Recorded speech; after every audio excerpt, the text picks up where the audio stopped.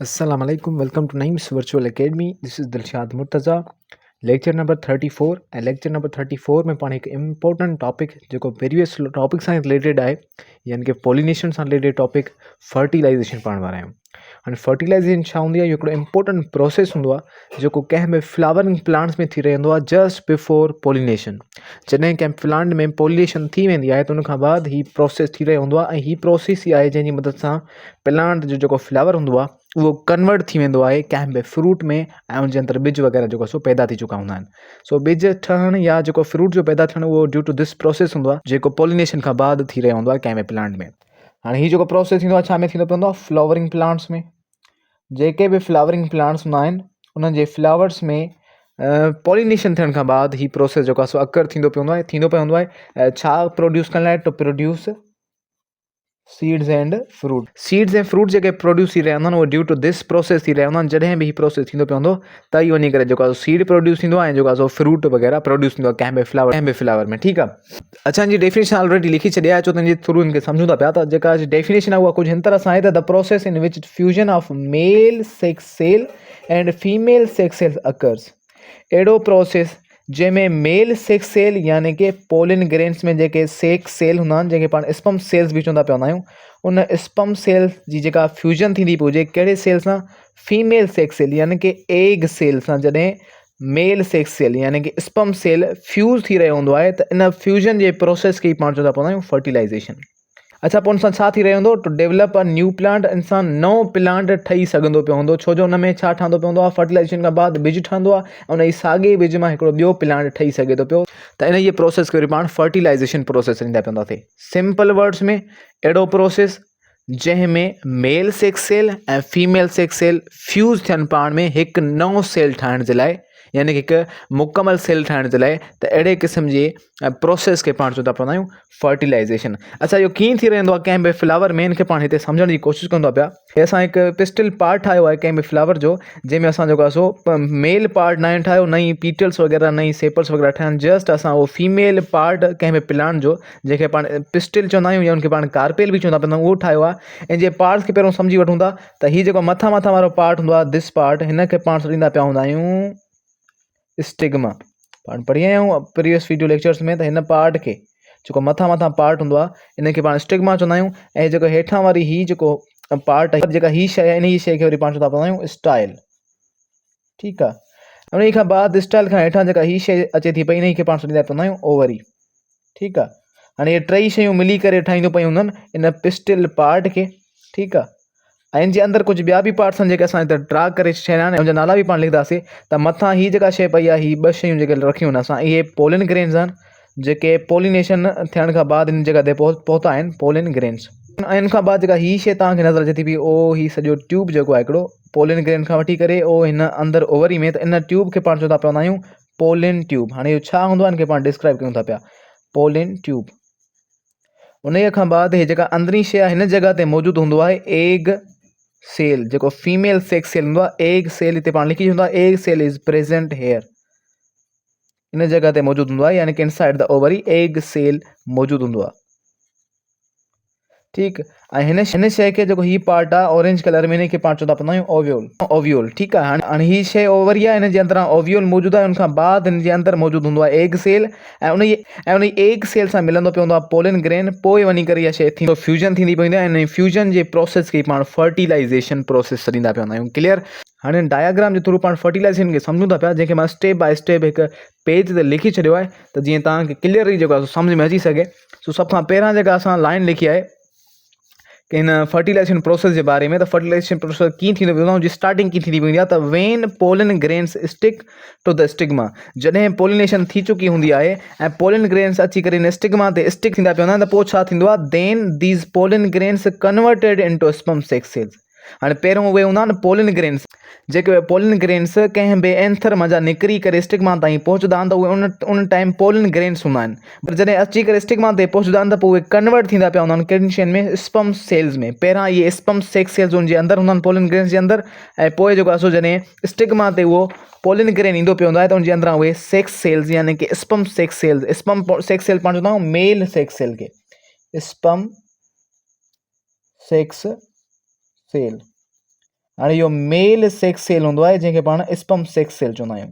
ठीकु आहे। हाणे उहे छा में तब्दील थींदा पिया हूंदा आहिनि, स्पम सेक्स सेल में तब्दील थींदा आहिनि। उनखां बाद छा थींदो पियो हूंदो आहे, एंड फार्म पोलिन ट्यूब। ऐं जॾहिं स्पम सेक्स सेल ठहंदा पिया हूंदा आहिनि त उहे हिकु पोलिन ट्यूब ठहींदा पिया हूंदा आहिनि। पोलिन ट्यूब छा आहे पाण ॾिसी वियासीं पहिरियों ई, हीउ जेको ट्यूब ठहे थो पियो पोलिन ग्रेन्स, हिन स्टिग्मा में पोलिन ग्रेन्स खां वठी करे वेंदे उन अंदरि ओवरी ताईं, त इन सॼे ट्यूब खे पाण सॾींदा पिया हूंदा आहियूं पोलिन ट्यूब। इहो तॾहिं ठहंदो आहे जॾहिं पोलिन्स हिते ईंदा पिया हूंदा आहिनि ऐं पोलिन ग्रेन्स तब्दील थींदा पिया हूंदा आहिनि स्पम सेक्स सेल में। ठीकु आहे। पोइ उनजे हेठां हिकिड़ो पोलिन ट्यूब ठहंदो आहे जंहिंमें उहे पोलिन ग्रेन्स ट्रांसफर थींदा पिया हूंदा आहिनि। ठीकु आहे। ऐं पहुचंदा पिया हूंदा आहिनि किथे, एग सेल ॾे। इहो पाण स्टेप में डिफाइन कयो आहे त through the pollen tube sperm cells transfer from stigma to ovary.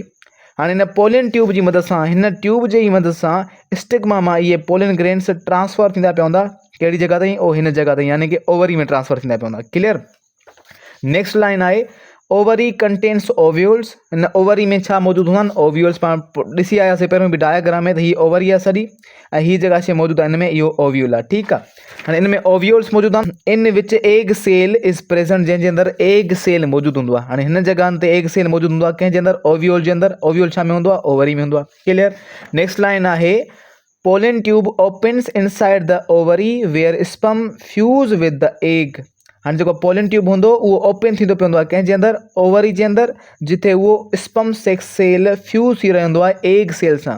ऐं पोइ छा ठाहींदो पियो हूंदो आहे, ज़ाइगोट ठाहींदो पियो हूंदो आहे। हाणे कीअं थींदो पियो हूंदो आहे, त इहे जेके सेल्स हूंदा आहिनि उहे जॾहिं अची करे पोलिन ट्यूब मां ओपन थींदा पिया हूंदा आहिनि ओवरी जे अंदरि, त उहे फ्यूज़ थी रहिया हूंदा आहिनि कंहिंसां, एग सेल सां। एग सेल छा हूंदो आहे, फीमेल सेक्स सेल हूंदो आहे। इहो फीमेल सेक्स सेल जेको किथे मौजूदु हूंदो आहे, इनसाइड द ओवरी, कहिड़ी शइ जे अंदरि, ओव्यूल जे अंदरि। जॾहिं अची करे मेल सेक्स सेल यानी कि स्पम सेक्स सेल मिक्सअप थींदो पियो हूंदो, मिलंदो पियो हूंदो एग सेल सां, ऐं इन सां जॾहिं फ्यूज़ थींदो, मिली वेंदो ऐं हिकु सेल ठाहींदो, त उन हिकु सेल खे पाण ज़ाइगोट थींदा पिया हूंदा आहियूं।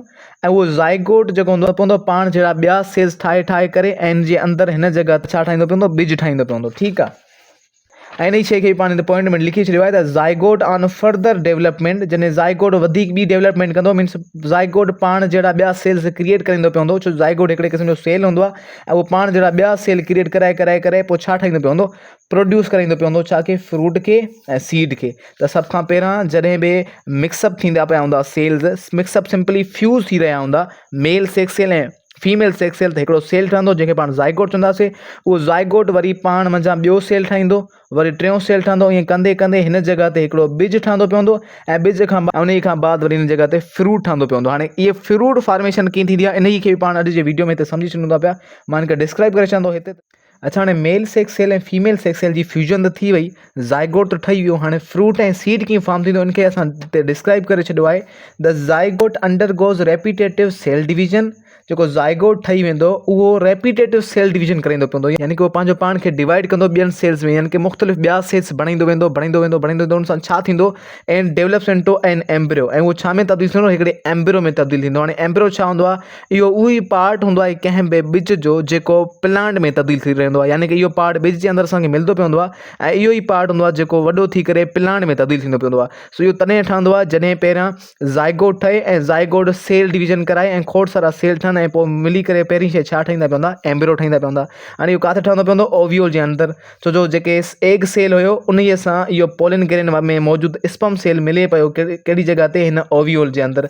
त जेको एम्ब्रियो ठहंदो पवंदो उहो बि ओव्यूल जे अंदरि हिन जॻह ते ठहंदो पवंदो आहे। ठीकु आहे। जॾहिं फ्यूजन थींदी, ज़ाइगोट ठहंदो ऐं उहो रिपीटेटिव सेल डिवीजन कराईंदो ऐं पोइ छा ठहंदो पवंदो, एम्ब्रियो ठहंदो पवंदो। इहो हिकिड़ो पार्ट हूंदो आहे कंहिं बि बिज जो। ऐं उनखां बाद छा थींदो, during this process the ovule enlarge and develops into seed. जॾहिं इहो प्रोसेस थींदो पियो हूंदो त जेका ओव्यूल हूंदो आहे, यानी कि ही पार्ट जंहिंजे अंदरि उहो प्रोसेस थिए पियो फ्यूजन वारो, त उहो ओव्यूल छा में तब्दील थींदो पियो हूंदो, सीड में तब्दील थी चुको हूंदो। हाणे हीउ जेको पार्ट आहे इहो तब्दील थींदो सीड में। जॾहिं बि फर्टिलाइज़ेशन थींदी, सेल मिलंदा पाण में, फ्यूज़ थी वेंदा ऐं ज़ाइगोट ठहंदो। ज़ाइगोट खां बाद एम्ब्रियो ठहंदो। त इन साॻे प्रोसेस थियण वक़्तु हीउ जेको ओव्यूल हूंदो इहो बिज में तब्दील थी रहियो हूंदो आहे। उनखां बाद छा थी रहियो हूंदो आहे, त एट द सेम टाइम उन ई साॻे वक़्तु जॾहिं ओव्यूल तब्दील थी रहियो हूंदो आहे सीड में, उन ई वक़्तु वरी जेका ओवरी आहे उहो हीअ जॻह इहा वरी तब्दील थी रही हूंदी आहे फ्रूट में। अंदरो हिसो ओव्यूल जेको हूंदो आहे उहो तब्दील थींदो आहे बिज में, ऐं जेका ॿाहिरीं ओवरी हूंदी आहे हीअ इहा तब्दील थी रही हूंदी आहे फ्रूट में। हिते असां पॉइंट में लिखियो आहे त at the same time the ovary enlarge and develops into fruit. साॻे ई वक़्तु जॾहिं ओव्यूल तब्दील थिए पियो सीड में, उन ई वक़्तु जेका ओवरी हूंदी आहे कंहिं बि फ्लावर जे फीमेल पार्ट जी, उहा तब्दील थी रही हूंदी आहे फ्रूट में। ऐं जेके बि फ्रूट्स हूंदा आहिनि उहे इन ई प्रोसेस सां जेको आहे सो डेवलप थींदा पिया हूंदा आहिनि, ठहंदा पिया हूंदा आहिनि आफ्टर फर्टिलाइज़ेशन। ऐं जेका पॉलिनेशन हूंदी आहे उहा पहिरां थींदी आहे, उन खां बाद फर्टिलाइज़ेशन, उन खां बाद इहा शइ थींदी पई हूंदी आहे।